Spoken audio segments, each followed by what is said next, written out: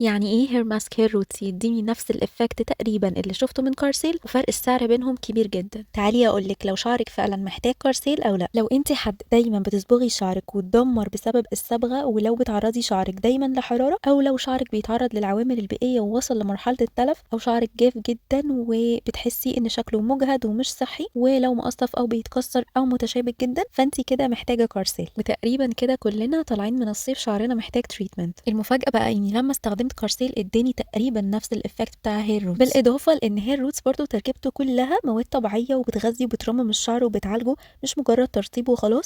كمان في حاجات موجوده في كارسيل زي الكولاجين وزبده الشيا، وكمان زيت جوز الهند، كمان في هايلورونيك اسيد وده بيرطب الشعر بعمق جدا، كمان في ارجان وصبار وفيتامين اي. هما الاثنين قوامهم تقيل بس كارسيل اتقل، وده لان المواد اللي في التركيبه بتاعته اكتر بكتير من هير روتس. كارسيل طبعا حجمه كبير، هو 500 مللي، فهيقعد معاكي فتره كبيره قوي. هير روتس 150 مللي بس برضو مش هيخلص منك بسرعه لان هو قوامه تقيل، وبرضو بيكون على حسب طول وكثافه شعرك.